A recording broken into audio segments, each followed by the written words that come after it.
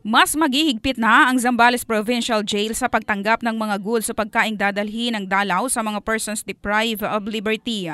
Ito ay matapos na mayroon na namang naharang ang isang prison guard kahapon na tangkasan ng pagpasok umano ng hinihinalang ipinagbabawal na droga sa piitan. Base sa police report, isang dalaw umano ang may dalang karne at iba't ibang gulay para sa isang PDL na pagkatapos magsulat sa visitor's log ay iniwan na at nang makarating sa post 2 ay nagduda ang isang gwardiya na sa kulay ng bell pepper. At sa ikalawang inspeksyon naman ay nakitang idinikit lamang ito ng glue na nang binuksan ay tumambad ang hinihinalang shabu at marijuana sa loob nito.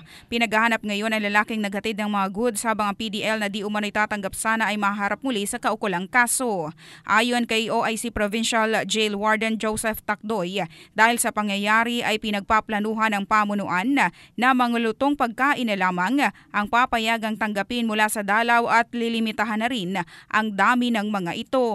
Samantala matatandaang nitong mga nakalipas na taon ay mayroon na ring naharang na mga kontrabando ang provincial jail.